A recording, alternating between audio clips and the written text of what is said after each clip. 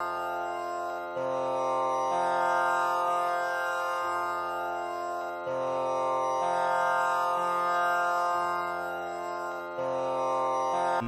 राघव राजा राम पतित पावन सीताराम।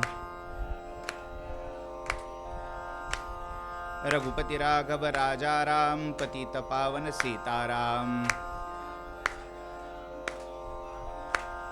रघुपति राघव राजा राम पतित पावन सीताराम। रघुपति राघव राजा राम पतित पावन सीताराम। रघुपति राघव राजा राम पतित पावन सीताराम।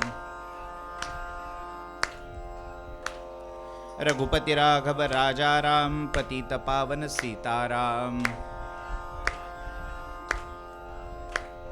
रघुपति राघव राजा राम पतित पावन सीताराम। जानकी जीवन स्मरण जय जय राम। राजाधिराज श्री रामचंद्र महाराज की जय। महारुद्र हनुमान की जय। समर्थ सद्गुरु श्री रामदास स्वामी महाराज की जय। ब्रह्म चैतन्य गोंदावलेकर स्वामी महाराज की जय। जय जय रघुवीर समर्थ। वर्णानाम अर्थसंघानाम रसानां छन्दसामपि मंगलानां च कर्तारौ वन्दे वाणिविनायकौ। यः पृथिवीभरवारणाय दिविजै सम्प्रार्थितश्चिन्मयः संजातः पृथिवीतले रविकुले मायामनुष्यो व्ययः। निश्चक्रं हतराक्षसं पुनरगात् ब्रह्मत्वमाद्यं स्थिरां कीर्तिं पापहरां विधाय जगतां तं जानकीशं भजे। विश्वोद्भवस्थितिलयादिषु हेतुमेकं मायाश्रयं विगतमायमचिन्त्यमूर्तिम् आनन्दसान्द्रममलं निजबोधरूपं सीतापतिं विदिततत्त्वमहं नमामि। यत्र यत्र रघुनाथकीर्तनं तत्र तत्र कृतमस्तकाञ्जलिः। वाष्पवारि परिपूर्णलोचनं मारुतिं नमत राक्षसान्तकम्। वन्दे गुरुपदद्वन्द्वम् अवाङ्मनसगोचरं रक्तगौरप्रभामिश्रम् अतर्क्यं त्रैपुरं महः। व्यासाय विष्णुरूपाय व्यासरूपाय विष्णवे नमो वै ब्रह्मनिधये वासिष्ठाय नमो नमः। जयाचा जनी जन्मनामार्थ झाला जयाने सदा वासनामात केला। जयाच्या मुखी सर्वदा नामकीर्ती नमस्कार त्या ब्रह्मचैतन्य मूर्ती। जय जय रघुवीर समर्थ। मागा झाले निरूपण सातवे भक्तीचे लक्षण। आता ऐका सावधान आठवी भक्ती। देवासी परमसख्य करावे प्रेम प्रीतीने बांधावे। आठवे भक्तीचे जाणावे लक्षण ऐसे। देवास जयाची अत्यंत प्रीती आपण वर्तावे तेणे रीती। येणे करिता भगवंती सख्य घडे नेमस्त। भक्तिभाव आणि भजन निरूपण आणि कथा कीर्तन प्रेमळ भक्तांचे गायन आवडे देवा। आपण तैसेची वर्तावे आपणासी तेच आवडावे। मनासारिखे होता स्वभावे सख्य घडे नेमस्त। सख्य भक्तीचं लक्षण या चौथ्या दशकातल्या 8व्या समासामध्ये समर्थ सांगताय। आणि हे लक्षण सांगत असताना समर्थांनी सख्य म्हणून आपल्या मनामध्ये जी प्रतिमा आहे, मैत्री, सौहार्द असे जे वेगवेगळे शब्द ज्या सख्यासाठी आपण वापरतो त्याच्या उभयमुखी कल्पना आणि संकल्पना या समासात स्पष्ट केल्या। म्हणजे नेमकं काय केलंय? सख्य म्हटल्यावर आपल्याला एक आठवतं ते आपल्या समविचारी, समव्यसनी, समसंकटी असे आपण काल प्रकार बघितले. समानशीले व्यसनेषु सख्यम. अशा सगळ्या मंडळींबरोबर आपण आपल्या व्यवहाराचा जो भाग आहे त्यांच्याशी आपली, आजच्या भाषेत सांगायचं झालं तर वेवलेंथ जुळणं हे होत असतं. त्याला आपण सख्य म्हणत असतो. ही आपल्यासाठीची सख्याची कल्पना आहे. मात्र अध्यात्माच्या प्रांतामध्ये जेव्हा सख्य असा शब्द वापरला जातो तेव्हा त्या सख्याचा नेमका आकृतिबंध काय आहे, त्याच्या सीमा काय आहेत, मर्यादा काय आहेत, हे देखील समर्थांनी या समासामध्ये स्पष्ट केलंय. खरं सांगायचं झालं तर या ज्या 3 शेवटच्या भक्ती आहेत, नवविधा भक्तीमधला शेवटचा टप्पा, श्रवणम कीर्तनम विष्णू स्मरणम पादसेवनम अर्चनम वंदनम दास्यम सख्यम आत्मनिवेदनम, या नवविधा भक्तीमधल्या ज्या शेवटच्या 3, मग त्यातली काल पाहिलेली दास्य भक्ती आहे, आज आपण जी पाहतो आहोत ती सख्य भक्ती आहे, आणि जी आपण सोमवारी पाहणार आहोत. उद्याचा दिवस हा महोत्सवाचा दिवस आहे. उद्या या सत्राला थोडं अवसान आहे, मध्ये विराम आहे. त्याचं कारण ज्याच्यासाठी आपण ह्या 8+1 अशा भक्तीचा प्रपंच मांडलेला आहे, करण्याचा प्रयास करतो आहोत, त्याचा अवतरणाचा दिवस उद्या आहे. त्यामुळे आपण जे गेले 8 दिवस ऐकतोय त्याचं प्रॅक्टिकल करण्याचा दिवस. थेअरी भरपूर झाली, सिद्धांत भरपूर झाले, आता प्रत्यक्ष त्याचं उपायोजन समायोजन करण्याचा दिवस उद्या आहे. आपण जे काही श्रवण कीर्तन स्मरण पूजन पादसेवन जे काही ऐकतो आहोत ते आपल्याला त्यातलं जे भावेल ते त्याचं प्रात्यक्षिक उद्या आपल्याला करायचं आहे. त्यामुळे हा जो शेवटच्या 3 भक्तींचा प्रकार आहे त्यातला हा दुसरा प्रकार. मी या 3 भक्ती वेगळ्या अशासाठी काढल्या, एक त्याला फार मोठा सुंदर संदर्भ आहे. काल मी लोकरामायणाचा उल्लेख केला. मूळ वाल्मिकी रामायण, त्या वाल्मिकी रामायणातल्या रामचरित्राच्यावर आधारित असणाऱ्या इतिहासाला आधार मानून, आधार कल्पून त्यातल्या वेगवेगळ्या प्रसंगांना आपापल्या प्रतिभांची अंगडी टोपडी अनेक कवींनी, महाकवींनी, पंडितांनी त्याला लेववली. मूळ रामकथेचा जो बाज होता तो प्रत्येकाने आपापल्या परीने, आपापल्या गृहीतकानुसार एका नव्या रंगात, एका नव्या ढंगामध्ये मांडला. त्यामुळे इतक्या प्रकारच्या रामकथा झाल्या.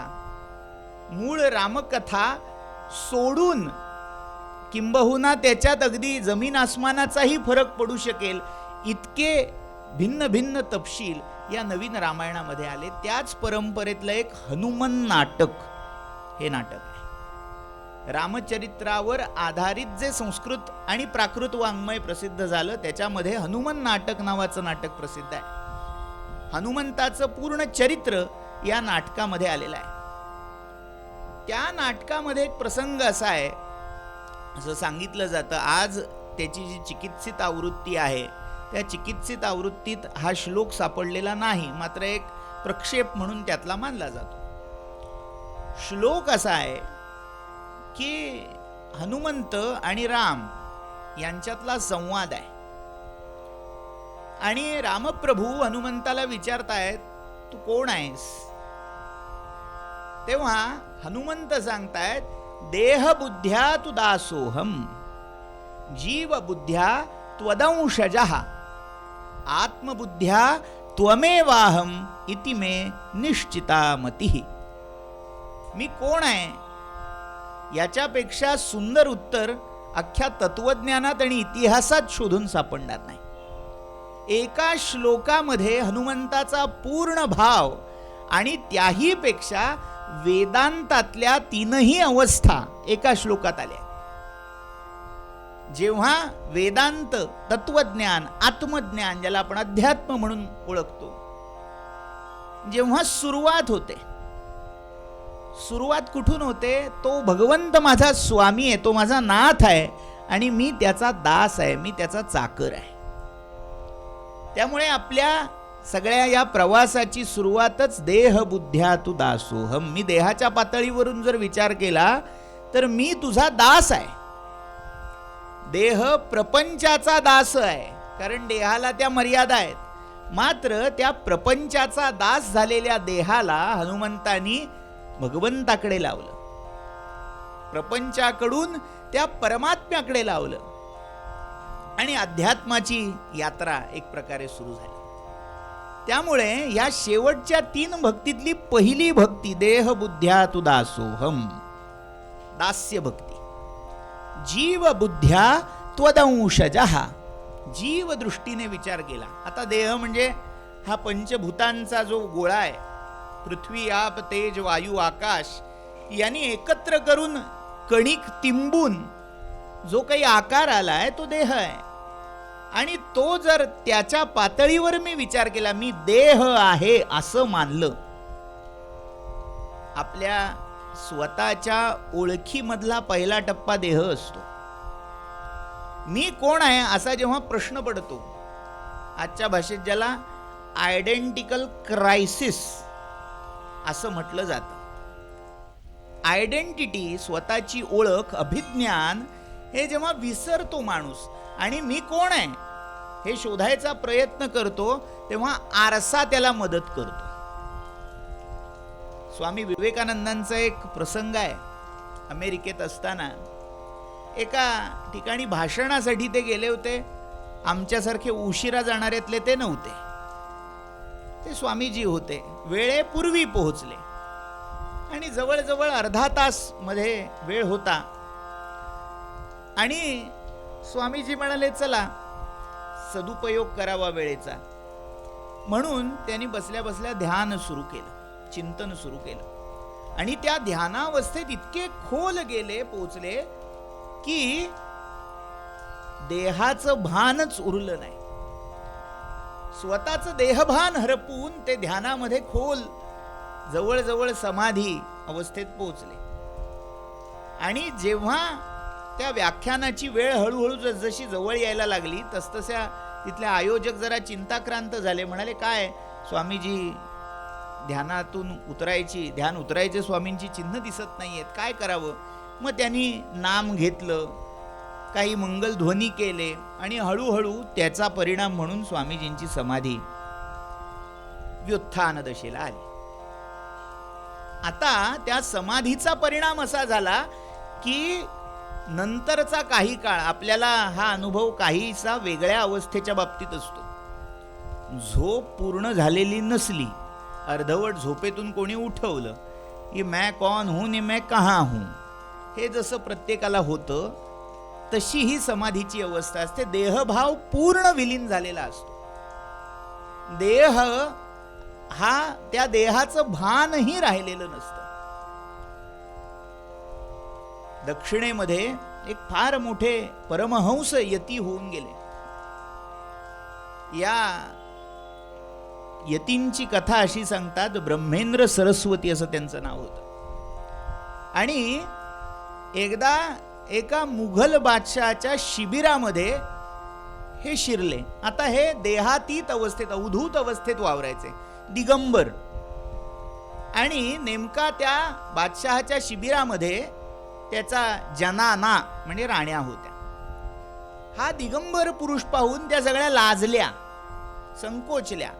आणि असा यक्कश्चित कोणीतरी पुरुष आपल्या अंतःपुरात, आपल्या शिबिरात घुसतोय म्हटल्यावर त्या बादशहाने आदेश दिला की याचे हात तोडून टाका, कलम करा. आणि जे त्यांचे पारेकरी सगळे होते ते हुकमाचे ताबेदार, त्यांनी तलवार चालवली. उजवा हात शरीरापासून कापला जाऊन निखळून पडला. मात्र यांच्या चर्येवर तिळमात्र देखील भेद झाला नाही. आपल्या हातात एखादी भाजी आणायला न्यायला पिशवी असावी आणि ती गळून पडावी. त्याचं सुखदुःख जेवढं आपल्याला वाटेल, त्याच्या जेवढ्या आपल्याला वेदना होतील, तितक्या वेदना म्हणजे अशा वेदना आपल्याला होत नाहीत. तसंच त्यांनाही वेदना झाल्या नाहीत, कारण देहातीत अवस्थेत पोचलेले असे हे महात्मे असतात. आणि जेव्हा बादशाला कळलं की अरे हे फार मोठे योगी आहेत, शरण गेला, त्याला पश्चाताप झाला. तो म्हणाला मी हे पातक करून बसलो, आता काय करू? म्हणाले काय करशील बाबा, माझ्या देहाच्या प्रारब्धात ते होतं, ते तू केलंस नाही. म्हणाला मला त्याचं प्रायश्चित्त नुसतं घ्यायचं नाही, तो हात पूर्वीसारखा व्हावा अशी इच्छा आहे. बरं म्हणाले, तुला तुझी इच्छा आहे ना, मनापासून इच्छा आहे ना, दे बरं हात. त्यांचा हात त्याने उचलून त्यांच्या दुसऱ्या हातात ठेवला. त्यांनी काही नाहीच झालं अशा आविर्भावात तो आपल्या खांद्यावर जोडला, पूर्ववत झालं आणि निघून गेले. आता लगेच असं घडतं का आजच्या काळात? चमत्काराच्या भाकड कथा बुवा सांगतात, अंधश्रद्धा वाढवतात वगैरे वगैरे काही महाभाग लगेच मनोमन विचार करायलाही लागले असते. आपल्याला त्या तपशिलात पडायचं नाही. मात्र मी कथा अशासाठी सांगितली, हा जो देहातीत भाव आहे, देहातीत होण आहे, आमची अक्कल, आमचं आकलन हे देहाच्या पलीकडे जातच नाही. मुळे बघा, बऱ्याच जणांचा अनुभव असतो, योग शिबिरामध्ये जातात, ध्यान शिबिरामध्ये लोक जातात, नाम शिबिरामध्ये जातात. त्यांना सांगितलं जातं जरा डोळे मिटून बसा, शांत व्हा. शांत व्हा म्हणून 2 मिनिटं सुद्धा जात नाहीत, चुळबुळ चुळबुळ सुरू होते. एक कोणीतरी पायच असा करेल, मग कोणीतरी काहीतरी नाकच खाजवेल, कानच खाजवेल, काहीतरी सुरू होतं. शांत काही केले आम्हाला बसवत नाही का? तर आमच्या ज्या वृत्ती असतात त्या या देहात इतक्या मुरलेल्या असतात. ओ बाकीचं जाऊ द्या, कोणी दिवंगत झालं त्याला श्रद्धांजली वाहण्यासाठी 2 क्षण मौन शांत उभे राहा म्हटल्यावर सुद्धा लोकांना करमत नाही. डोळे मिटून उभे राहा म्हटल्यावर कोणी कोणी डोळे मिटलेत, हे डोळे उघडे ठेवून बघत असतात. काय आहे? आम्हाला देहाला हायबरनेशन मोड मध्ये टाकताच येत नाही, ही आमची पंचायत आहे. कारण त्या वृत्ती, ती ऊर्जा आमच्या नसानसात इतकी भरून राहिली आहे की तिचं आजच्या भाषेत युटिलायझेशन केल्याशिवाय आम्हाला चैन पडत नाही. ही जी ऊर्जा सतत आपल्या अंगा प्रत्यंगात खेळतीये, तिला जर देहाच्या पातळीवर तुम्ही विराम दिलात, विश्रांती दिलीत, तर ती मनाच्या पातळीवर जागी होते, मन जागृत होतं. शरीर शांत झालं की मनाला अवसान चढतं. मन जर शांत केलं तर त्या मनाच्या पलीकडे असणाऱ्या चित्ताला अवसान चढतं. चित्त शांत केलं, या सगळ्या योगातल्या अवस्था आहेत. आत्ता नुसत्या सांगून ठेवतोय, ऐकून ठेवा. आज काय आपला योगाचा विषय नाही, मात्र त्या अवस्था आहेत. त्या चित्ताला शांत केलं की बुद्धीला अवसान चढतं. बुद्धीला शांत केलं की अहंकाराला अवसान चढतं. असा चढता क्रम चढत चढत चढत चढत जाता. जेव्हा तुम्ही या सगळ्याच्या पलीकडे जाता, म्हणजे कुठे जाता? भगवत्पाद आद्य शंकराचार्यांचं स्तोत्र प्रसिद्ध आहे, निर्वाण षटक. मनोबुद्धी अहंकार चित्तादि नाहम, न च श्रोत्र जिह्वे न च घ्राण नेत्रे, न च व्योम भूमिर न तेजो न वायु, चिदानंद रूप शिवोहम शिवोहम. मी कोण आहे? काय झालं? शंकराचार्य पूर्वायुष्यामध्ये संन्यास ग्रहण झाला होता, मात्र दंडधारणा व्हायची होती. आणि त्याच्यासाठी नर्मदेच्या काठी आचार्य पोचले. त्या नर्मदेच्या काठी असणाऱ्या गुहेमध्ये गोविंद पादयती समाधी अवस्थेत बसले होते. किंबहुना यांची वाट बघत बसले होते, उत्तराधिकारी यायचा होता. आणि जेव्हा त्या गुहेच्या द्वारावर गेले, आतून प्रश्न आला, कस्त्वम, कोण आहेस? तेव्हा जेमतेम 12वं वर्ष आहे आणि आचार्य सांगतायत, मनोबुद्धी अहंकार चित्तानि नाहम, न च श्रोत्र जिह्वे न च घ्राण नेत्रे. मी कोण आहे? मी कोण नाही ते आधी सांगितलं. मन, बुद्धी, चित्त, अहंकार मी नाही. श्रोत्र, वाक, चक्षु, घ्राण, ज्ञानेंद्रिय पाच कर्मेंद्रिय ही देखील मी नाही. मी कोण आहे? चिदानंद रूप शिवोहम शिवोहम. कशासाठी मी सांगतोय? देहबुद्ध्या तू दासोहम इथपासून सुरुवात झाली. अशी मी देह नाही ही अवस्था यायला फार मोठी साधना लागते, मात्र ती नसते. म्हणून मी कोण हा प्रश्न आल्यावर मी देह हे उत्तर आपलं आहे. मग जेव्हा मी देह आहे असं वाटतं तेव्हा माझं नातं भगवंताशी कसं असावं? तर ते दास आणि स्वामी, नोकर आणि मालक हे ते नातं असावं जर तुम्ही देहबुद्धीवर असाल. मग देहबुद्धी थोडी पुढे गेली, जीवबुद्धीत परिणत झाली. जीव कोण आहे? तर जीव हा त्या परमात्म्याचा एक स्वल्प असा अणुमात्र असा अंश आहे. त्यामुळे मारुतीराय म्हणतायत जीव बुद्ध्या त्वदंशजः किंवा त्वदंशकः. जीव दृष्टीने जर विचार केला तर मी तुझा एक छोटासा इवलासा अंश आहे. हा आशय शंकराचार्य सांगताना षटपदीत म्हणतायत सत्यपि भेदापगमे नाथ तवाहम न मामकी नस्त्वम सामुद्रो हि तरंग क्वचन समुद्रो न तारंग. अरे नारायणा, सगळं खरं आहे, तुझ्यात नि माझ्यात भेद नाही, अद्वैत आहे, सगळं खरं. पण कितीही अद्वैताच्या मी गप्पा मारल्या ना तरी कसं अद्वैत आहे? जसं अद्वैत, जसं ऐक्य समुद्र आणि त्याच्या लाटांमध्ये आहे तसं. म्हणजे कसं?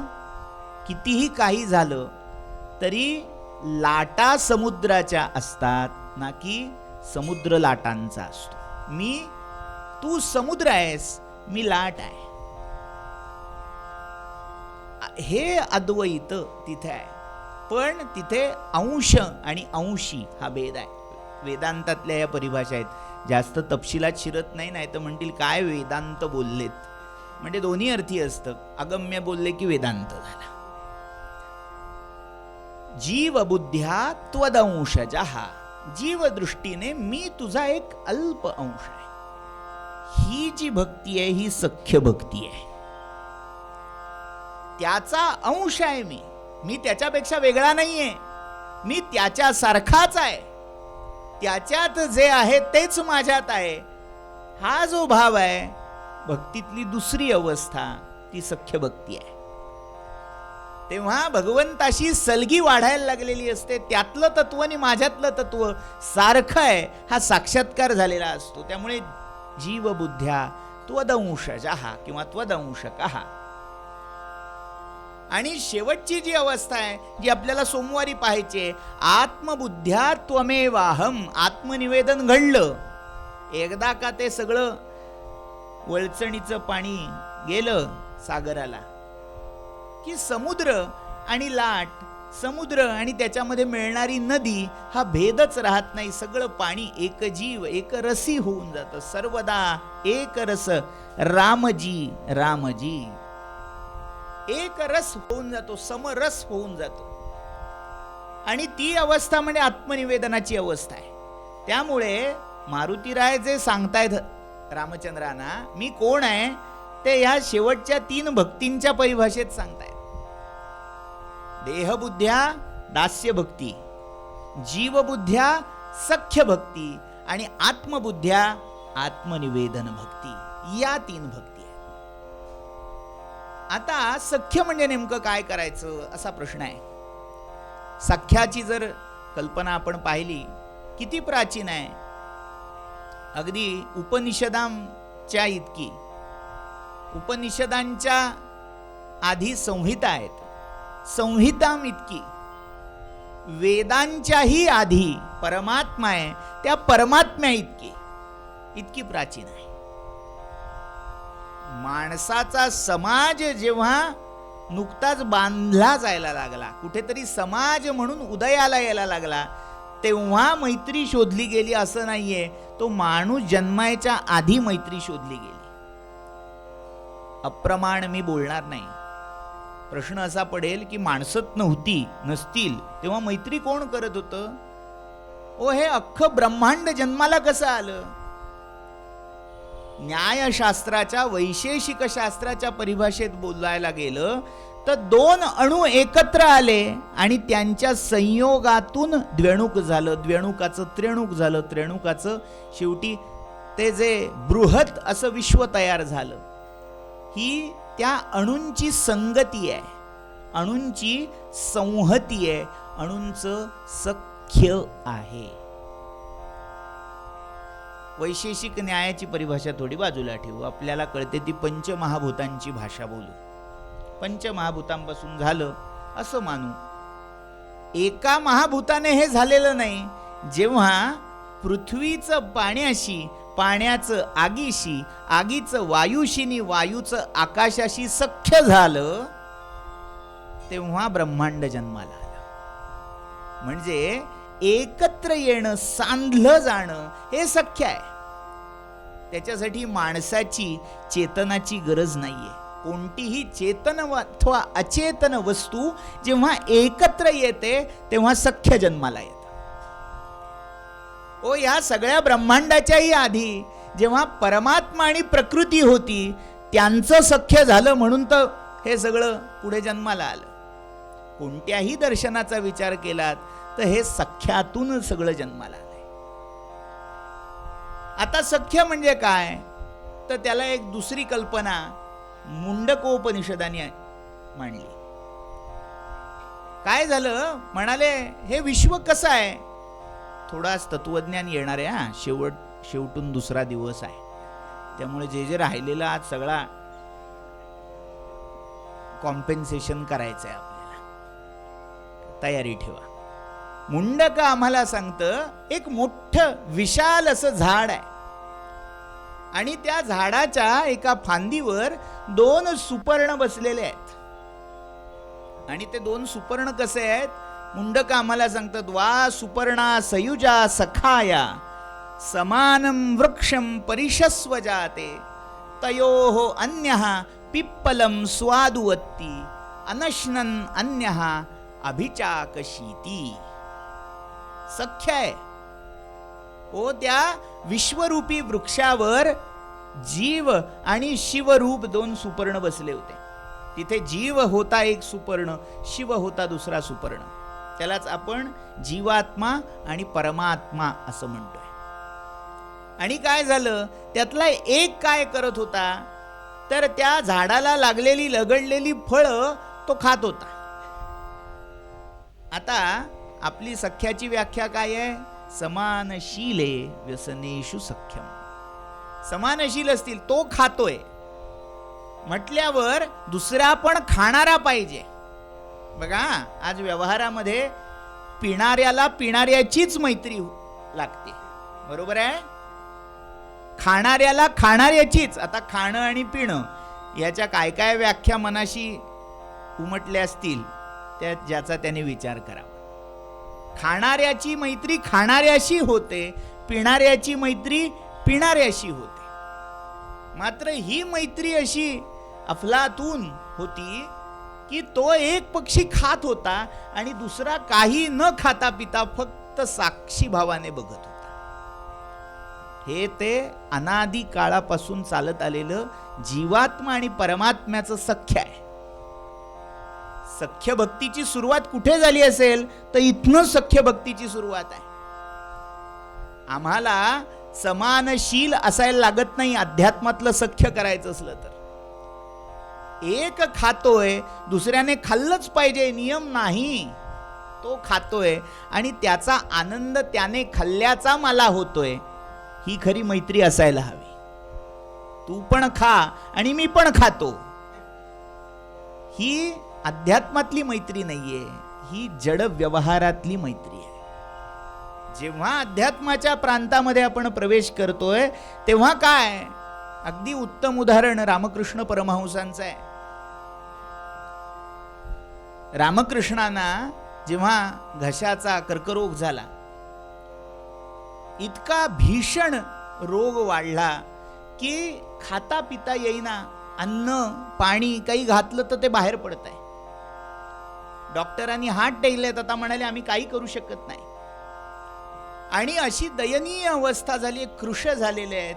आणि नरेंद्रला म्हणजे स्वामी विवेकानंदांना ते सगळं पाहावे ना. एकदा कळवळून प्रार्थना केली रामकृष्ण देवांची. म्हणाले काही करा, तुमच्या आईला सांगा, ती काली माता तुमचं ऐकते, तुमच्या प्रार्थनेला ती नाकारणार नाही, तुम्ही प्रार्थना करा. काय करा प्रार्थना?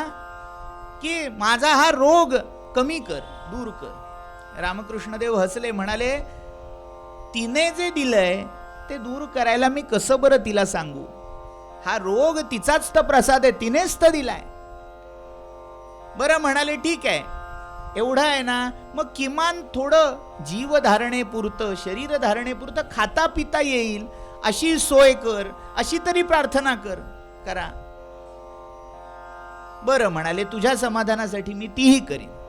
आणि खरंच रामकृष्ण देवांनी प्रार्थना केली. दुसऱ्या दिवशी पुन्हा विचारलं नरेंनी, केलीत प्रार्थना? हो म्हणाले, केली. मग काय म्हणाली आई? आई म्हणाली, अरे तू खाल्लंस म्हणजे नेमकं काय वाटतंय तुला? हा नरेन खातोय, हा काळू खातोय, हा नाग खातोय, सगळे खातायत. ही जी सगळी मंडळी खातायत ती तूच नाहीयेस का? तू आणि ते काही भेद आहे का? त्यांनी खाल्लं काय आणि तू खाल्लं काय, सगळं एकच तर आहेस. तूच तर ते सगळ्या रूपात आहेस आणि तेच तर तुझ्या रूपात आहेत. हेच तर अद्वय आहे. मग तुला कशाला हट्ट हवा मला खायला मिळावं, मला खाता यावं याचा? आई असं म्हणाली, त्यामुळे मला याच्या पुढे प्रार्थना करायची इच्छाच राहिली नाही, असं रामकृष्ण देव म्हणाले. तात्पर्य काय? आपलं सौख्य हे आपल्याला मिळालं याच्यात न ठेवता दुसऱ्याला ते मिळालं याच्यात मला सौख्य होत असेल तर त्या सौख्यात सख्य जन्म घेतो. हे सख्य हे विश्वात्म सौख्य आहे, विश्वात्म सख्य आहे. एका पिंडाचा दुसऱ्या पिंडाशी येणारा मित्रत्वाचा सख्यत्वाचा संबंध हा सापेक्ष असतो. काहीतरी अपेक्षा असते. आज आपण मैत्री करतो, ददाति प्रतिगृह्णाति गुह्यमाख्याति पृच्छति भुंक्ते भोजयते चैव षड्विधम सख्य लक्षणम. यातली कुठली व्याख्या आपल्याला लागू पडते आपल्या मैत्रीला? सगळ्या सापेक्ष आहेत. ददाति देतो, प्रतिगृह्णाति दिलेलं घेतो, गुह्यमाख्याति सिक्रेट आपलं आपल्याला सांगतो आणि आपलं सिक्रेट हक्काने विचारून घेतो. भुंकते आम्ही खायला दिल्यावर खातो आणि आम्हालाही खायला घालतो. नुसतं खातो नाही, खातो आणि आम्हाला खायला घालतो. भुंक्ते भोजयते चैव षड्विधम सख्य लक्षणम किंवा षड्विधम मैत्री लक्षणम. हे सख्याचं मैत्रीचं लक्षण आहे. म्हणजे काय? व्यवहारी जगतामध्ये हे देणं घेणं जिथे आहे, नुसतं देणं यानेही सख्य वाढत नाही, नुसतं घेणं यानेही सख्य वाढत नाही. ही जी मैत्री, हे जे सख्य आहे हे या जगातलं आहे. जर त्या परमात्म्याच्या जगातलं सख्य करायचं असेल तर फक्त देणं शिकावं. घेण्याची मिळण्याची अपेक्षा ठेवू नये. मग जे जन्माला येईल ते परमात्म सख्य असेल आणि ते सख्य एकदा झालं की तीच पुढे भक्ती होते. मग असं सख्य जोडत असताना कोणाशी जोडायचं आहे? आपण काल पाहिलं, संग करायचा आहे. कोणाशी करायचा आहे? संतांशी, सत्पुरुषांशी करायचा आहे. कारण चुकून जरी दुर्जनाशी संग घडला, आम्हाला शास्त्रकारांनी सांगितलं कसं आहे, निखारा असतो त्याच्यासारखं हे दुर्जनाशी झालेलं सख्य असतं. उष्णो दहती चांगारहा शीतो कृष्णायते करम. एखाद्या चुकीच्या माणसाशी सख्य करून बसलात, काय होतं? तो गरम असताना म्हणजे तापलेला असताना तो रागावलेला असताना त्याच्या जवळ गेलात, तुम्ही होरपळून निघता, तुमचा हात पोळतो. आणि तो थंड असताना गेलात तर त्याच्यावर लागलेला कलंक, काळीमा ही तुमच्याही हाताला लागते. म्हणून हे दुर्जनाचं सख्य हे या अंगारासारखं, निखाऱ्यासारखं आहे. त्यामुळे या भौतिक जगातल्या कोणत्याही माणसाशी सख्य करण्याच्या भानगडीत पडू नये असं समर्थ सांगताय. कारण काय आहे, गॅरंटी घेता येत नाही हल्ली. कोणाची घ्यायची? एखाद्यावर पूर्ण भरवसा ठेवून गॅरंटी घेतली, दिली, सगळं झालं आणि उद्या हात वर करून निघून गेला, काय करणार? त्यामुळे या जगामध्ये एकमेव सख्यस्थान, एकमेव मित्र होण्याजोगा जर कोणी असेल तर तो प्रत्येक जीवाचा मित्र, सखा हा परमात्मा आहे. आम्हाला मैत्री करावीशी वाटते म्हटल्यावर आम्हाला कोण आठवलं पाहिजे? बाळू, काळू, माळू काय जे असतील ते आम्हाला आठवायला लागतात, उपयोगाचं नाही. आयुष्याचं जर भलं व्हायला हवं असेल तर आम्हाला मैत्री भगवंताशी घडली पाहिजे, हा भाव, ही इच्छा जागी झाली पाहिजे. अनेक दृष्टांत, अनेक कथा या बाबतीत देता येतील. एक छान बालकथा आहे, आपण ऐकली असेल, वाचली असेल. साने गुरुजींच्या गोडगोड गोष्टी 10 भागातली पुस्तकं आहेत, कोणी कोणी वाचली आहेत. त्या एका पुस्तकातली ही कथा आहे. गोपाळ नावाचा एक गरीबा घरचा पोर आणि त्याची आई. काबाड कष्ट करावेत, कसं बस आपलं दिनक्रम चालवावा, उदरनिर्वाह करावा, पण आपल्या मुलाला शिकता यावं यासाठी थोडे पैसे तिने जमवले आणि एका लांबच्या गावी असणाऱ्या गुरुकुलामध्ये त्याच्या शिक्षणाची व्यवस्था तिने करवली. झालं असं, हा रोज गुरुकुलात त्या पाठशाळेमध्ये जायचा, मात्र जाता येताना घनदाट वन लागायचं आणि या वनातून जात असताना त्याला भयानक कायम भास व्हायचे, भीती वाटायची. कोणीतरी आपल्याला खाईल, श्वापद येतील. त्यामुळे आईला त्याने सांगितलं, आई मला भीती वाटते शाळेत जायची. हे जे जंगल आहे तिथे किती प्राणी आहेत, काय होईल माझं? आई खूप विचक्षण होती. म्हणजे बरेच वेळा असं होतं, फार शिकलेली नसतात ही मंडळी, पण मनामध्ये जो सरळ रुजू भाव असतो ना, तो त्यांना ज्ञान देऊन जातो. तसाच त्या माऊलीचा रुजू भाव तिच्या तोंडून एक वैश्विक सत्य बोलवून गेला. तिने सांगताना आपल्या बाळाला सांगितलं, अरे म्हणाली गोपाळ, तुझ्याच नावाचा माझा एक मुलगा त्या वनात आहे, त्याचं पण नाव गोपाळच आहे. फक्त तू त्याला गोपाळ दादा म्हणून हाक मार. जेव्हा तुला भीती वाटेल, जेव्हा तुला काही अडचण येईल, तेव्हा गोपाळ दादा म्हणून हाक मार. झालं, त्या निरागस मनाने ते खरं घेतलं. खरंच असं कोणीही नव्हतं, पण तिने हे कशासाठी सांगितलं? मनामध्ये त्याच्या धैर्य राहावं, आपलं कोणीतरी या जंगलामध्ये आहे, राहतंय असा विश्वास वाटावा, यासाठी तिने हा एक मानसिक काल्पनिक भाग रचून त्याला सांगितला. तो रोज विचारायचा, आई त्या गोपाळ दादाला भीती नाही का वाटत? ती म्हणाली, अरे तो फार मोठा शूर आहे, त्याला कसली भीती वाटत नाही. तो रागावला तर जग त्याला भीत, त्याला कोणाची भीती वाटत नाही. ओ कोण होता हा गोपाळ? सब भूमी जिसकी, तो गोपाळ. गो म्हणजे पृथ्वी, त्या पृथ्वीचा पाळ गोपाळ. गो म्हणजे इंद्रिय, त्या इंद्रियांचा पाल परमात्मरूप गोपाळ, तो गोपाळ. आणि दुसऱ्या दिवशी जेव्हा शाळेत हा गोपाळ, धाकटा गोपाळ निघाला, वाटेत गेल्यावर त्याने भीती वाटल्यावर या गोपाळ दादाला हाक मारायला सुरुवात केली आणि इतक्या आर्त भावनेने हाक मारली, परमात्म्याला यावं लागलं. गोप बालकाचा रूप वेश घेऊन हा सावळा घनश्याम तिथे प्रकट झाला आणि तो म्हणाला, चल कशाला काळजी करतोयस, तुला मी सोडतो तुझ्या पाठशाळेत. आणि असा रोज हा गोपाळ दादा या धाकट्या गोपाळचं साहचर्य सख्य करायला लागला. होता होता होता बरेच महिने गेले. एकदा त्यांच्या गुरुकुलामध्ये काही समारंभ होता.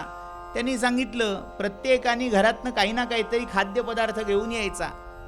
आता याच्याकडे गरिबी, हा काय आणणार? तो म्हणाला, गुरुजी आमच्याकडे काही नाही हो. नाही म्हणाले, असं कसं? दूध दही तर असेल तर 1 लोटी दही तरी घेऊन ये. बरं म्हणाला, बघतो. घरी आईकडे गेला. आईला सांगितलं, आई दही मागितलंय. आता ती बिचारी माऊली काय करणार, नव्हतं तिच्याकडे. ती म्हणाली, असं कर, कुठेतरी समजूत पटली पाहिजे. गोपाळ दादाला विचारू द्या. आला की गोपाळ दादाकडे बऱ्याच गायी आहेत. तुकाराम महाराजांनी या गोपाळ दादाच्या गायींचं भरपूर वर्णन करून ठेवलंय. काळ्या, निळ्या, पिवळ्या बऱ्याच गायी आहेत. आणि सगळ्यात नाठाळ गाय मनेरी नावाची गाय आहे. आणि अशा सगळ्या गायींचं पालन करणारा तो गोपाळ, त्याला हे दही देणं काय कठीण आहे का? आई सांगते, त्याच्याकडे माग. दुसऱ्या दिवशी हा उत्साहाने उठला, आवरून निघाला. त्या ठराविक ठिकाणी आल्यावर त्याने साद घातली गोपाळ दादाला. गोपाळ दादा आला, म्हणाला, दादा आज पाठशाळेत दही मागितलंय रे. गोपाळ दादा म्हणाला, एवढंच ना, हे घे. म्हणून पडशीतनं दह्याची लोटी काढून दिली. दह्याची लोटी घेऊन आनंदात, आपल्याला गुरुजींनी काही मागितलं नाही, आपण घेऊन आलो, पहिल्यांदा आनंद होत होता. तो दह्याचा वाडगा, ती लोटी घेऊन हा गोपाळ आश्रमात दाखल झाला. झालं, पंगत बसली, समारंभ झाला, पंगत बसली. दही वाढायची वेळ आली. आता पान कसं वाढायचं? सगळ्यात पहिलं काय वाढलं जातं? पानावर दही आणि लिंबू हे वाढलं जातं. तर वाढायला दही घेतलं. एवढीशी ती दिसणारी लोटी किती होणार आहे? बरं म्हणाले, गुरुजी आणलंय तर खरं, वाढूया, बघूया. असं करता करता पहिली पंगत वाढून झाली. आणि त्या दह्याची गोडी इतकी और होती, लोक मागून मागून घेत होती की नाही नाही, दही भातासाठी ते दही द्या, दही द्या. पहिलं ताटावरचं शास्त्राचं दही झालं, भातावरचं दही झालं. भरपूर ते दही आणि भात खाऊन लोक तृप्त झाली. बाकीची पक्वान न राहिली बाजूला, नुसता दही भातच खातायत लोक. आणि असं झालं नी नकळत त्या वाढप्याने गुरुजींच्या निदर्शनास आणून दिलं. ओ म्हणाले, ती एवढीशी लोटी काही केल्या रीतीच होत नाहीये.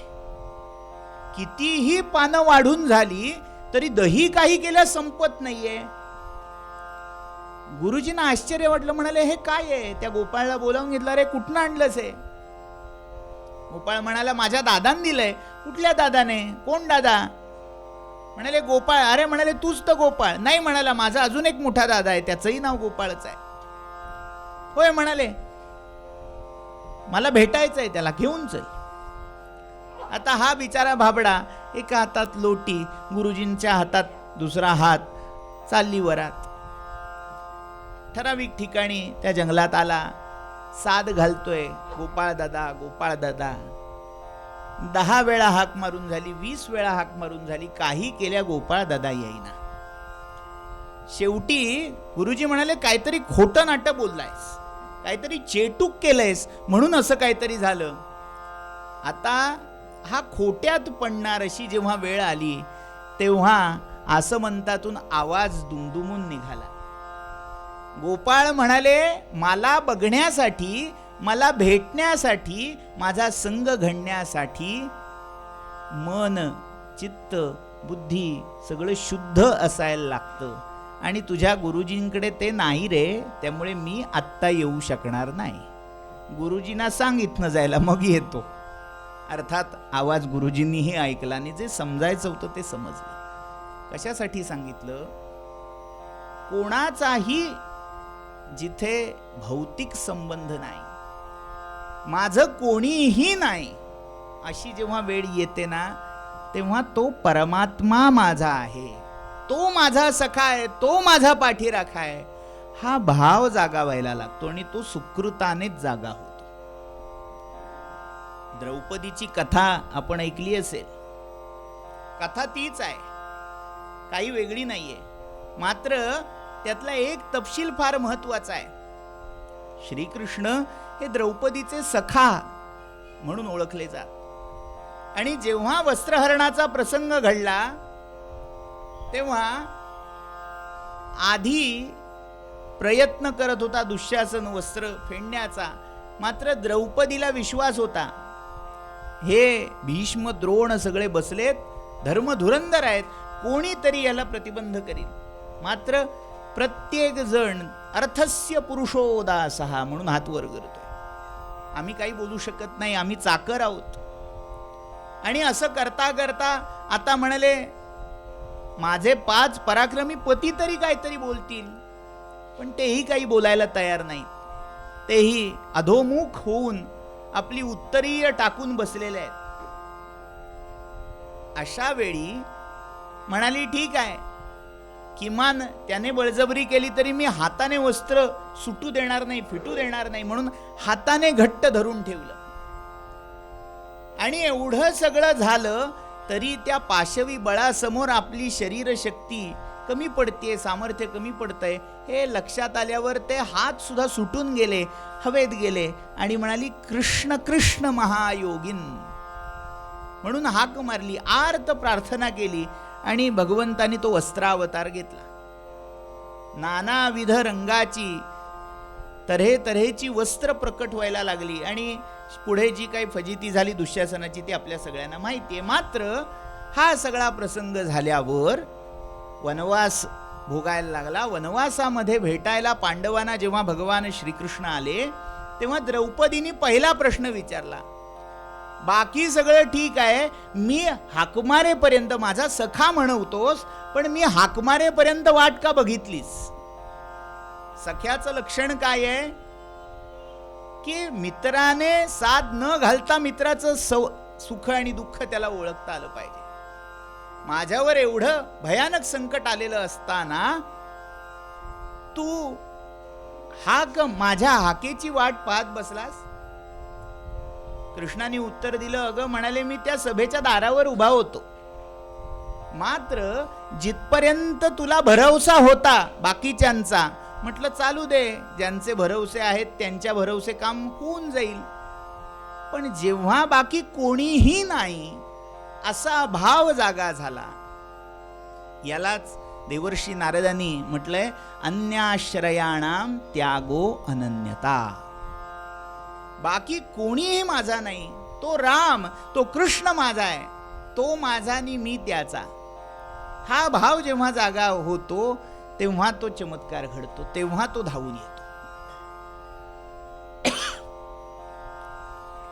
या सगळ्या प्रपंचामध्ये, या सगळ्या विचारामध्ये फार गोष्ट महत्वाची आहे. प्रत्येक वेळी आपल्याला भगवंताचा भरवसा वाटतो का? आम्हाला गाडीत बसल्यावर ड्रायव्हरचा जेवढा भरवसा वाटतो तेवढा तरी भरवसा रामाचा वाटतो का? प्रश्न आहे माझा. बघा, उत्तर बरेच वेळा नाही असं येतं प्रामाणिकपणे दिलं तर. आपण जेवढ्या निर्ढावलेपणाने, जेवढ्या निर्धास्तपणाने तो ड्रायव्हर गाडी चालवतोय, निवांत झोप घेतो, चालवतोय ना, तो कर्तव्य करी. मात्र जो या विश्वाची गाडी चालवतोय तो आता माझ्या आयुष्यात पुढे काय आणून उभं करेल, काय ठेवेल, याची चिंता मात्र आपल्याला सोडत नाही.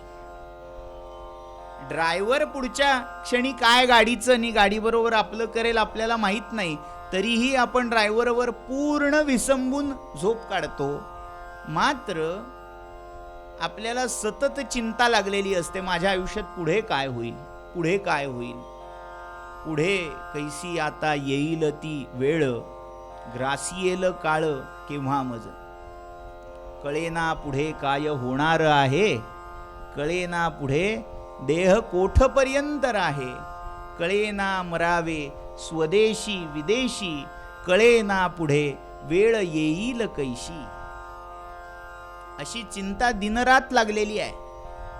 पण ही चिंता लागलेली असताना आपण एकदा तरी हा विचार करतो का? आपल्या मनात एकदा तरी असे विचार, असं काही आठवतं, येतं का की अरे या पूर्ण विश्वाचा जो गाडा चालवतोय, या विश्वाची सगळी सूत्र ज्याच्या हातात आहेत, तो जर माझा सखा आहे तर मला काळजी कसली?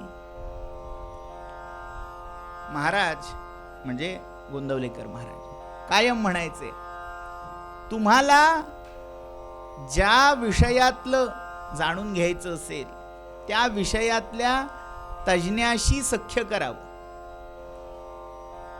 ज्या विषयातली अडचण असेल त्या विषयातली अडचण सोडवण्यासाठी त्या विषयातल्या तज्ज्ञाशी सख्य करावं, मैत्री करावी. म्हणजे काय? सारखे आजारी पडताय, एखादा डॉक्टर गाठावा आणि मैत्री करावी. बारीक बारीक काय करेल? बिल फुकट, काही करायला लागणार नाही, द्यायला लागणार नाही फी. सोन्या चांदीच्या अलंकाराची आवड, एखाद्या सोनाराला ज्वेलर्स बंधूंना मित्र करून घ्यावं, पुढची सोय करून घ्यावी. शिक्षणातली अडचण असेल तर मास्तराला मित्र करून घ्यावं. अशा भौतिक जगामध्ये ज्या अडचणी आहेत त्या सोडवण्यासाठी त्या त्या विषयातल्या जाणकाराला मित्र करून घ्यावं. पण या सगळ्या प्लस तुमच्या पूर्ण आयुष्यातल्या अधिक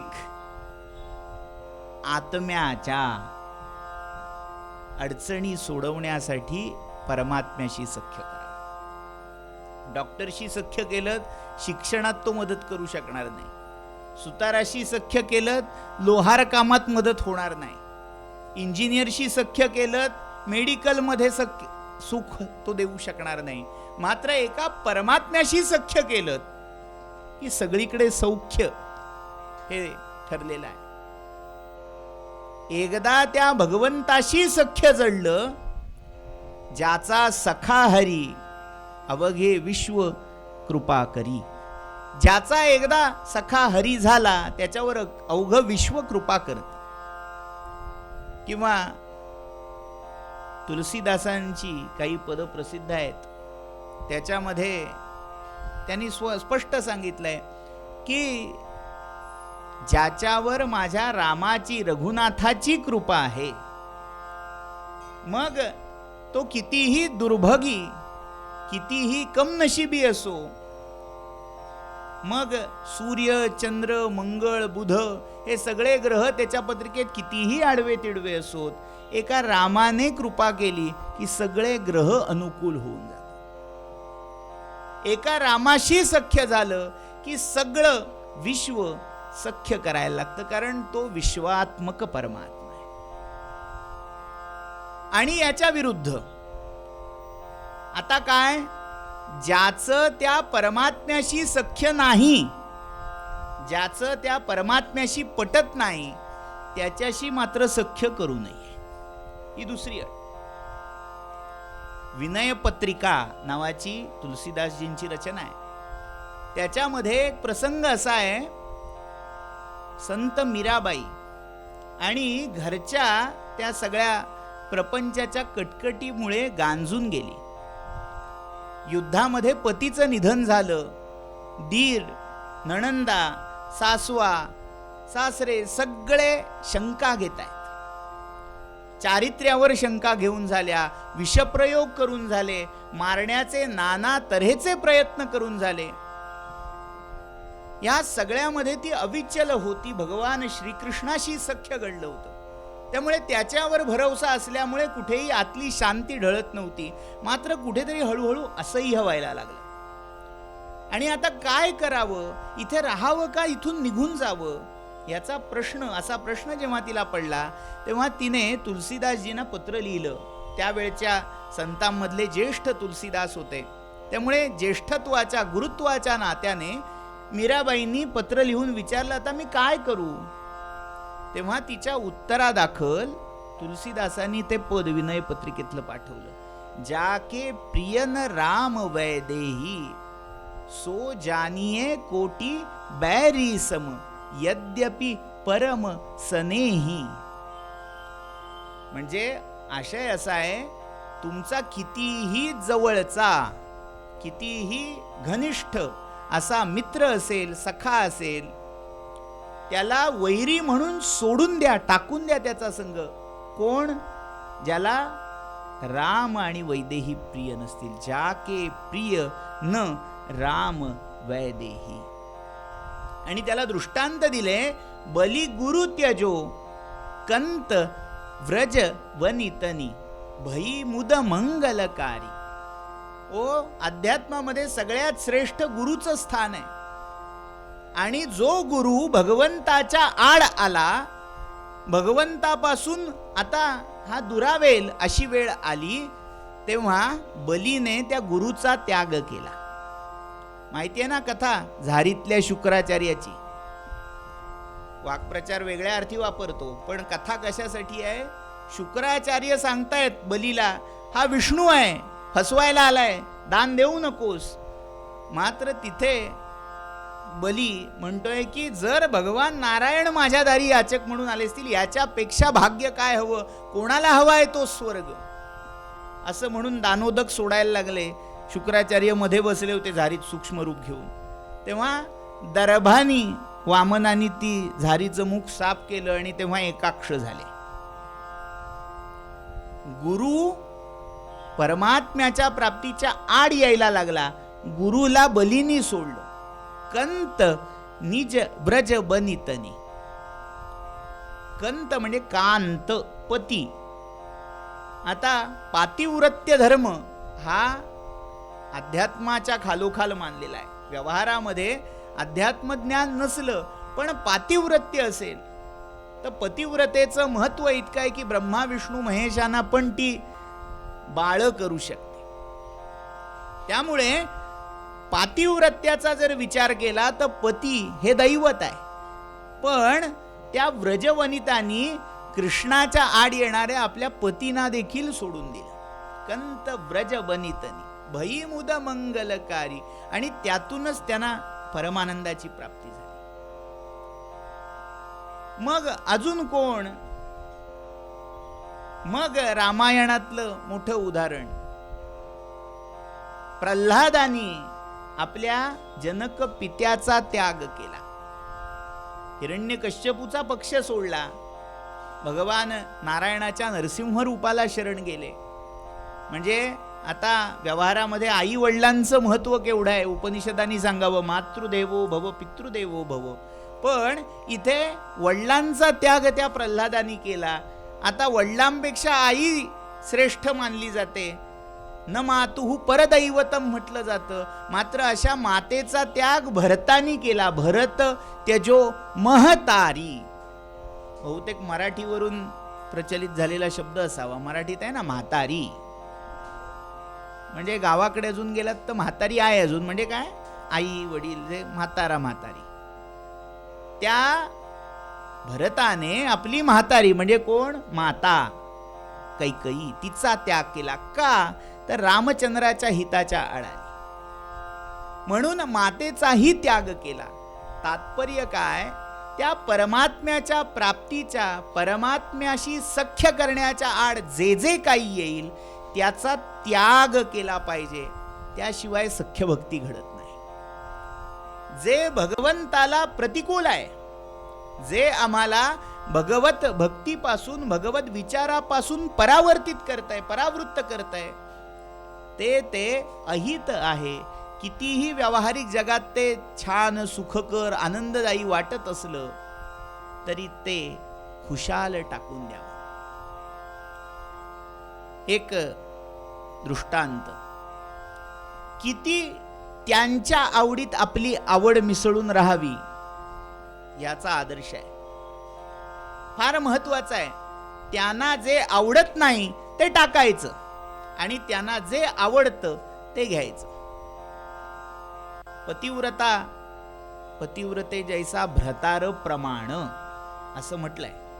म्हणजे काय, खरी पतिव्रता असते ना, तिची काही वेगळी आवड निवड असेल, लग्न झाल्यावर त्या पातिव्रत्याच्या प्रभावाने पतीची आवड ती तिची आवड होऊन जाते. आधी एखादी गोष्ट आवडत नसेल पण पतीला ती आवडते म्हटल्यावर थोड्या दिवसांनी ती तिची आवड होऊन जाते. त्याच्या इच्छेत आपली इच्छा मिसळून राहणं, त्याच्या आवडीत आपली आवड बघणं आणि त्याला जे आवडत नाही ते टाकणं. आपण पहिल्या दिवसापासून पाहतोय. उदाहरण म्हटल्यावर महाराजांचं चरित्र किंवा महाराजांच्या एखाद्या शिष्याचं चरित्र आलंच पाहिजे. तात्यासाहेब केतकरांच्या चरित्रातली गोष्ट आहे. वाणी अवतार त्यांच्या माध्यमातून प्रकट होत होता आणि एकदा असं झालं, अनेक लोक त्यांच्याकडे दर्शनाला भेटीला यायचे आणि काही वेळेला काही मंडळी त्यांच्यासाठी भेटवस्तू घेऊन यायची. आणि एकदा अशा एका गृहस्थानी त्यांच्यासाठी पूर्वी टोपी घालायची पद्धत होती. काळी टोपी आणली आणि अर्पण केली. पेटीवर बसले होते, पेटी मिटून ठेवली, नमस्कार केला. म्हणाले, दादा ही टोपी मी घालावी असं तुम्हाला खरंच वाटतं का? म्हणाले, हो अर्थात, म्हणून तर आणली. मग म्हणाले, एकच विनंती, ही कृपया जाऊन बदलून आणावी, दुसऱ्या रंगाची आणावी. महाराज जसं विद्यार्थ बोलायचे तसं ते बोलले. ठीक आहे म्हणाले, एवढंच ना. त्यांना काही लक्षात आलं नाही, गेले दुसऱ्या रंगाची टोपी आणून दिली.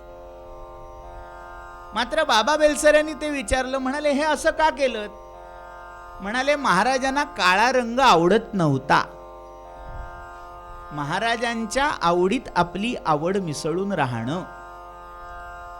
हे अगदी छोटं उदाहरण आहे. आपल्याला असं जमतं का हो? आपण असं करतं का हो?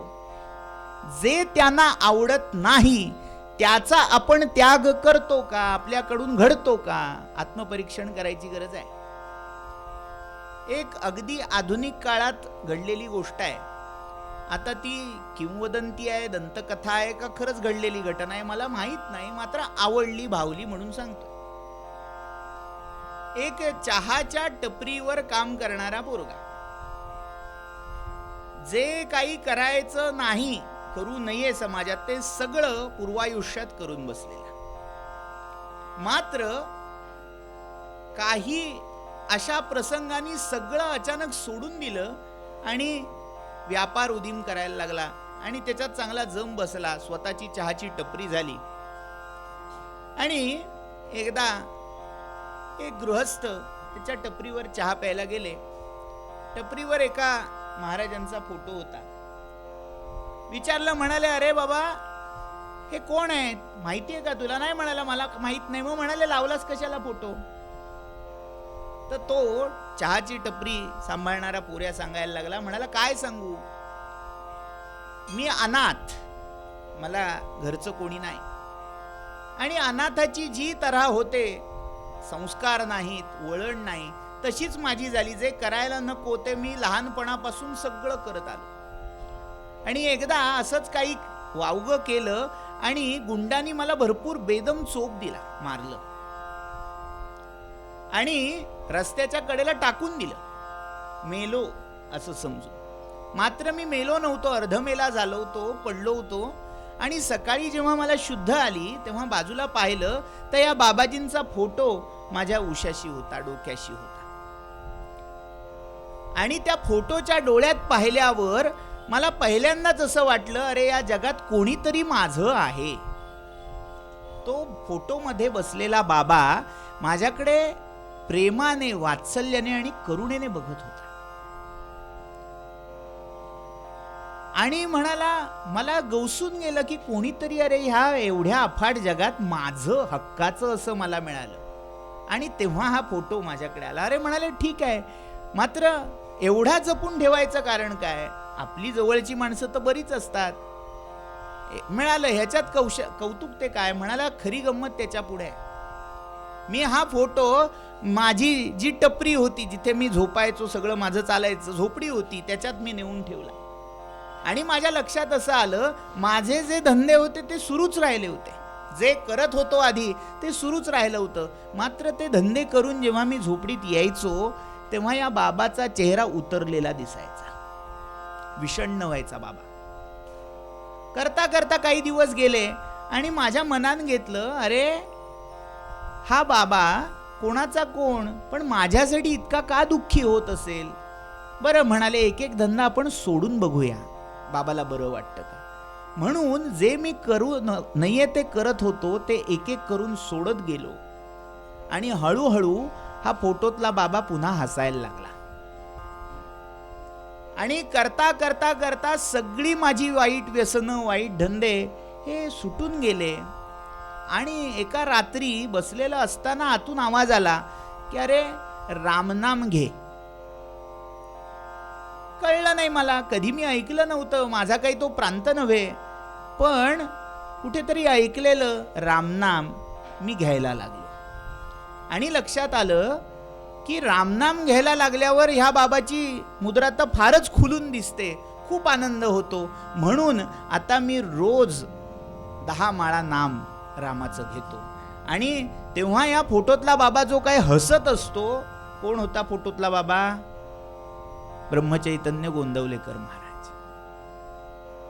काय आहे, त्याच्यासारखं आपल्याला जमलं पाहिजे. बाकीचा चमत्कार सगळं सोडून द्या. आम्ही बघतो का त्यांच्याकडे एकदा तरी? आम्ही जे बाहेरच्या जगात करून आलो आहोत ते करून आल्यावर त्यांच्या नजरेला नजर मिळवण्याचं धाडस आमच्यात आहे का? जर नसेल तर आपण कशाला येतोय? आणि इथे यायचं असेल तर ते जे करून नाहीये ते टाकायची आमची तयारी आहे का? जर ती तयारी असेल, जर तो त्याग घडत असेल तर सख्य घडेल. सख्याचं गमक इथे आहे. देवाच्या सख्यत्वाकारणे आपुले सौख्य सोडून देणे, अनन्य भावे जीवे प्राणे शरीर तेही वेचावे. किती सख्य घडावं, त्याला आवडेल ते आवडावं, त्याला नावडेल ते सुटावं. आणि एवढंच काय, त्याच्या सख्यत्वासाठी शरीर वेचायची वेळ आली तरी ते वेचा. देवाच्या सख्यत्वासाठी पडाव्या जीवलगांच्या तुटी, सर्वही अर्पावे शेवटी प्राण तोही वेचावा. दासबोधातली ओवी आहे, अनेक ठिकाणी उद्धृत होत राहते. देवाशी सख्य घडावं, देव माझा सखा व्हावा, यासाठी सगळे जीवलग तुटले तरी चालतील.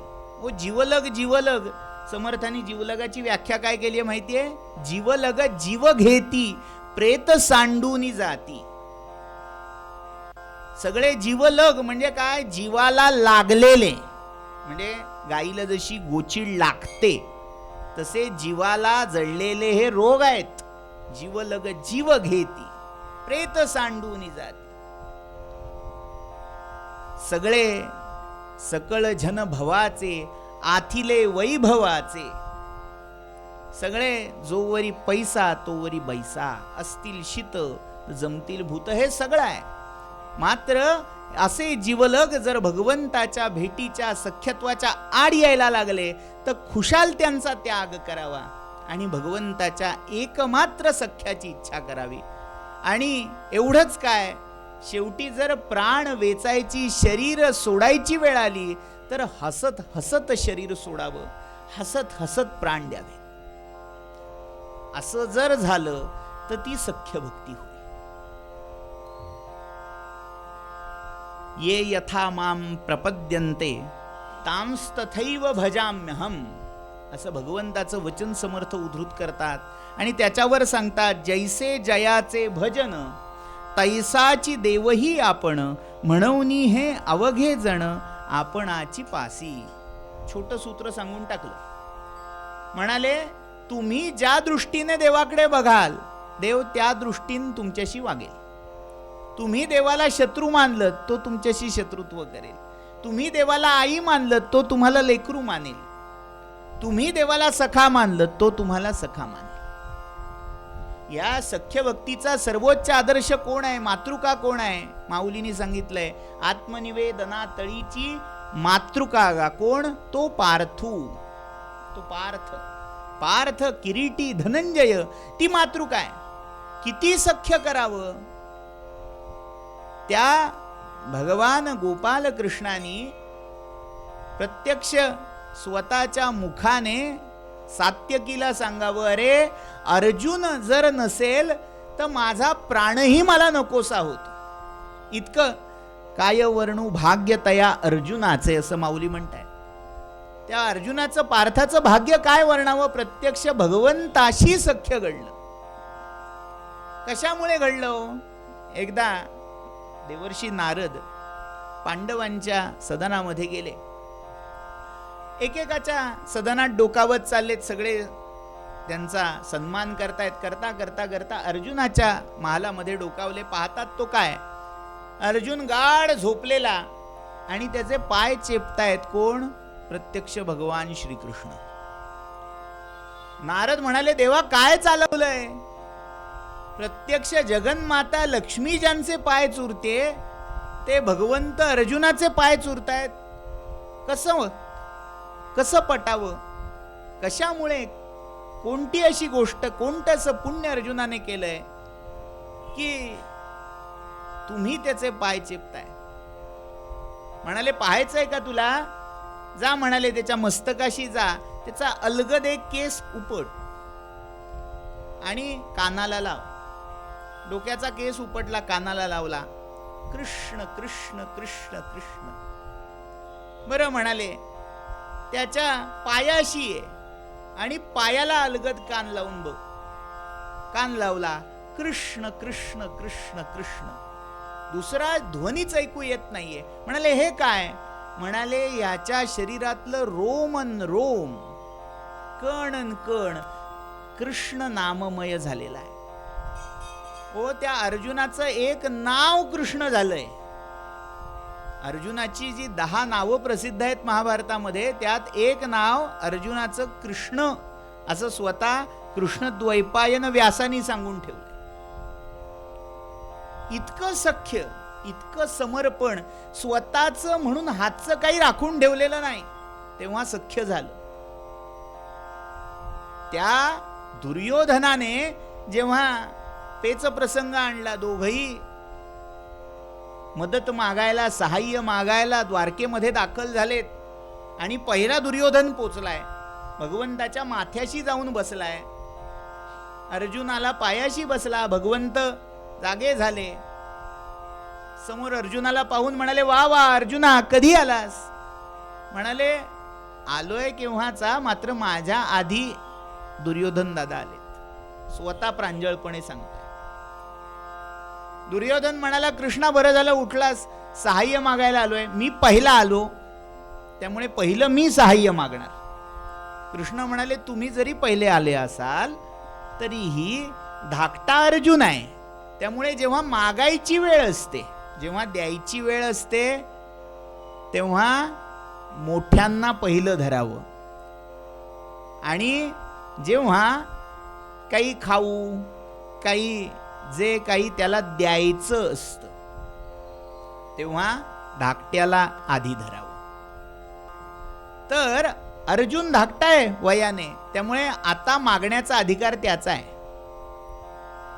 तुम्ही द्यायचंय म्हणजे तुमची जी संधी आहे ती त्यांना द्यायची. दुर्योधनाच्या पोटात गोळा. म्हणाला, इकडे नधरी शस्त्र करी मी, आणि तिकडे एक अक्षौहिणी नारायणी सेना. चुकून अक्षौहिणी सेना मागितली की संपला आपला खेळ, पारड उलटेल. पण अर्जुन म्हणाला, कृष्णा, हे काय विचारणं झालं का. कोणाला हवी तुझी ती नारायणी सेना, मला तू बस, तू आहेस ना, पुरेस आहेस. दुर्योधन हुष्य मनातल्या मनात म्हणाला, बर दाखवतोय कृतक, दुःखाने म्हणतोय, आता घेतलंच आहे अर्जुनाने तुला तर चालेल बाबा, आपली बापडी नारायणी सेना एक अक्षौहिणी, आणि घेऊन कसा अर्जुन मूर्ख, असं मनोमन म्हणत हसत दुर्योधन निघून गेला. कृष्ण विचारतायत, अरे मूर्ख आहेस की काय, मी हातात शस्त्र घेणार नाही आणि अशा माझी निवड केलीस. तो म्हणाला, अरे कृष्णा, माझ्या हातात धनुष्य असताना कोणाला हवी ती सेना. मला फक्त तू हवा होतास. त्या नारायणी सेनेशी आणि त्या कौरवांशी, त्या राज्याशीही माझं काही प्रयोजन नाही, मला फक्त तू हवास. हे सख्य आहे. आपल्या आयुष्यामध्ये असे मोहाचे क्षण वारंवार येत असतात, याच्याही पुढे येणार आहेत.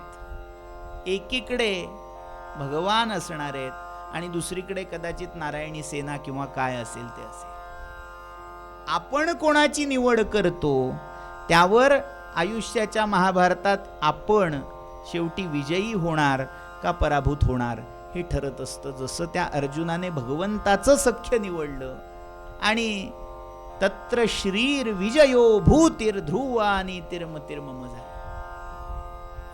तेच सूत्र आपल्याला आपल्या आयुष्यात बाणवायचंय, त्याचं सख्यत्व मिळवायचंय, त्याचं सख्यत्व लाभावं, त्यासाठी जे जे आड येईल ते टाकायचंय आणि शेवटी मी रामाचा आणि राम माझा हा भाव बाणवायचा आहे. तेव्हा ते सख्य पूर्णत्वाला जाईल. देव भक्तांचा कैवारी, देव पतितांसी तारी, देव होये सहाकारी अनाथांचा. एकदा का ते सख्य जळलं की देव दूर नाहीच, तो आलाच. देव कृपेचा सागरू, देव करुणेचा जळधरू, देवासी भक्तांचा विसरू पडणार नाही. देव प्रीती राखो जाणे, देवासी करावे साजणे. जीवलगे अवघी पिसुणे, कामान येती. जीवलग जीव घेती, प्रेत सांडूनी जाती. सख्य देवाचे तुटेना, प्रीती देवाची विटेना. देव कदा पालटेना शरणागतांसी. बाकी सगळं जग पालटलं तरी एकदा का त्यांनी आपलं म्हटलं, त्यांनी हात धरला, तो सोडणार नाही. म्हणूनी सख्य देवासी करावे, हित गुज तयासी सांगावे. आठवे भक्तीचे जाणावे, लक्षण ऐसे. म्हणून बाकी सगळं सोडावं, आपलं हितगुज त्या देवाला जाऊन सांगावं, त्याच्याशी सख्य करावं. हे झालं की तुम्ही भक्तीच्या उपांत्य पायरीवर जाऊन पोचता. आता जे काही झालंय ते सगळं हितगुज त्याच्या समोर मांडायचंय. लक्षात घ्या, उद्या रामाचा जन्म आहे. जेव्हा त्या नुकत्याच जन्मलेला आलेल्या राम लल्लाचं दर्शन घ्याल, सगळं हितगुज सांगून टाका. जे काही मनात येईल ते सांगून टाका. तो ऐकायला बसलाय, तो तुमच्याशी सख्य जोडायलाच बसलेला आहे. आपण आपल्या तयारीत कमी पडतोय.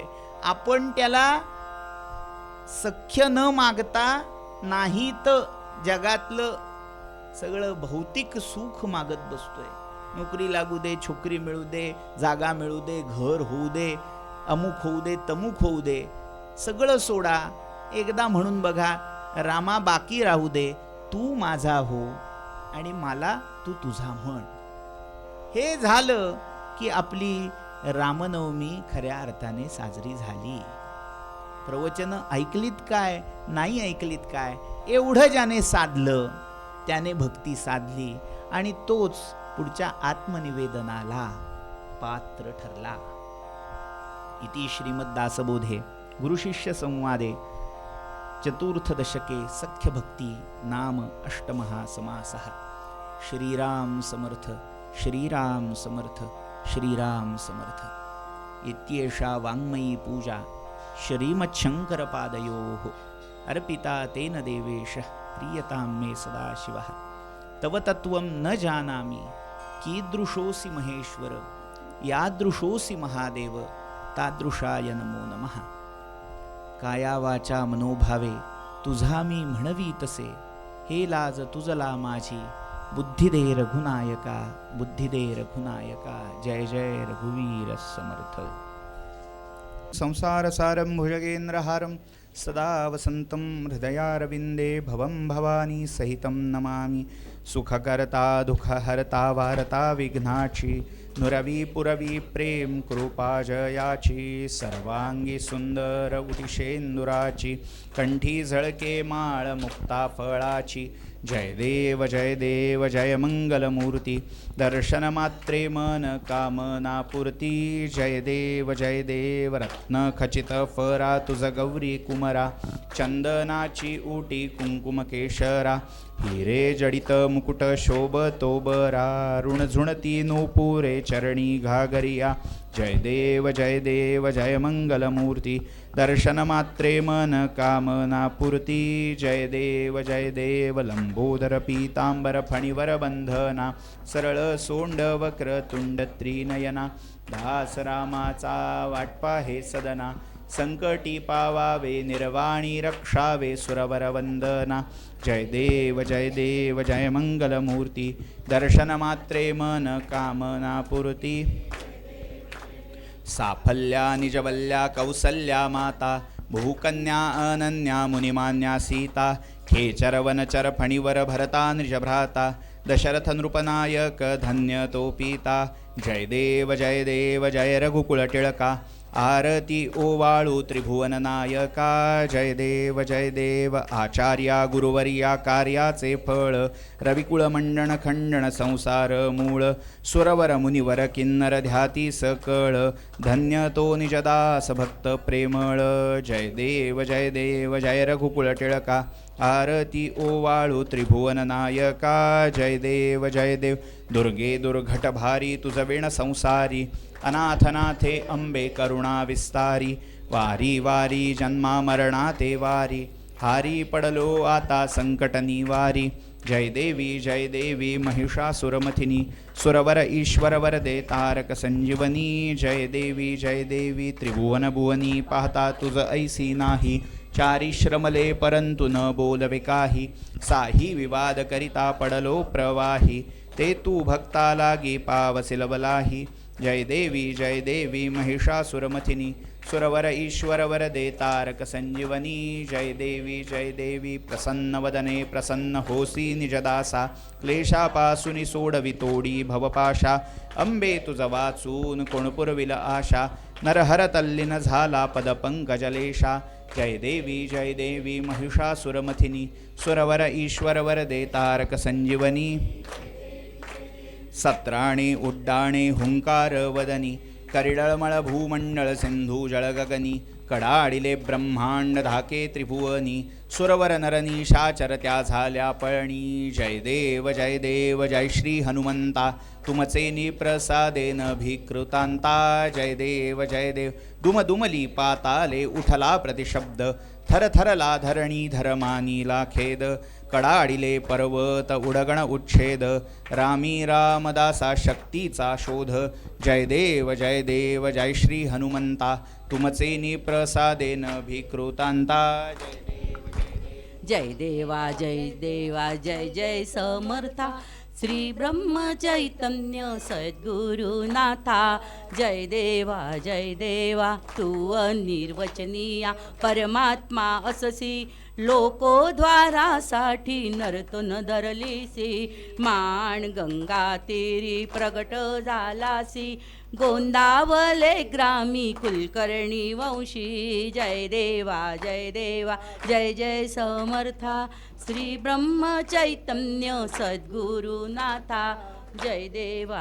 देवा शरणागतासी त्वा निज सुख दिदले दीना लागी कृत्य अद्भुत केले जागोजागी राम मंदिर स्थापियले भूमंडळी राम नाम गर्जविले जय देवा जय समर्था श्री ब्रह्म चैतन्य सद्गुरुनाथा जय देवा तू सच्चिदानंद तू स्वयं ज्योती भावे ओवाळी तो कर्पूर आरती महाभागवताची तव पायी प्रीती घ्यावी सेवा सदा हीच विनंती जय देवा जय समर्था श्री ब्रह्म चैतन्य सद्गुरुनाथा जय देवा जय देवा. लोटांगण वंदीन चरण डोळ्यान पाहीन रूप तुझे प्रेमे आलिंगिन आनंदे पूजिन भावे ओवाळीन म्हणे नामा त्वमेव माता पिता त्वमेव बंधू सखा त्वमेव विद्या द्रविणं त्वमेव सर्वं मम देवदेव कायेन वाचा मनसेन्द्रियैर्वा बुद्ध्यात्मना वा प्रकृते स्वभाव करोमि यद्यत् सकलं परस्मै नारायणायेति समर्पयामि. अच्युतं केशवं रामनारायणं कृष्णदामोदरं वासुदेवं हरिं श्रीधरं माधवं गोपिकावल्लभं जानकीनायकं रामचन्द्रं भजे. हरे राम राम राम हरे हरे हरे कृष्ण कृष्ण कृष्ण हरे हरे हरे राम राम राम हरे हरे हरे कृष्ण कृष्ण कृष्ण हरे हरे हरे राम राम राम हरे हरे हरे कृष्ण कृष्ण कृष्ण हरे हरे. जानकी जीवन स्मरण जय जय राम. हर हर महादेव. सीताकांत स्मरण जय जय राम. सदा सर्वदा योग तुझा घडावा तुझे कारणी देह माझा पडावा. उपेक्षू नको गुणवंता अनंता नायका मागणे हेचे आता. ज्या ज्या ठिकाणी मन जाय माझे त्या ठिकाणी निजरूप तुझे. मी ठेवितो मस्तक ज्या ठिकाणी ते तुझे सद्गुरु पाय दोन्ही. उपासनेला दृढ चालवावे भूदेव संतासी सदा लवावे. सत्कर्मयोगे वय घालवावे सर्वामुखी मंगल बोलवावे. रामा मी तव दास म्हणवी माते कशाचे भय. रामा जाईन ज्या स्थळी सुख घना होईल तेथे जय. रामा या भुवनत्रयी तुझविणे नाही तुझ्या तारक. रामा तू सकलार्थ पूर्ण करिसी तू तात मी बालक. जय जय रघुवीर समर्थ. कर्ता करविता श्रोता वक्ता श्रीराम समर्थ.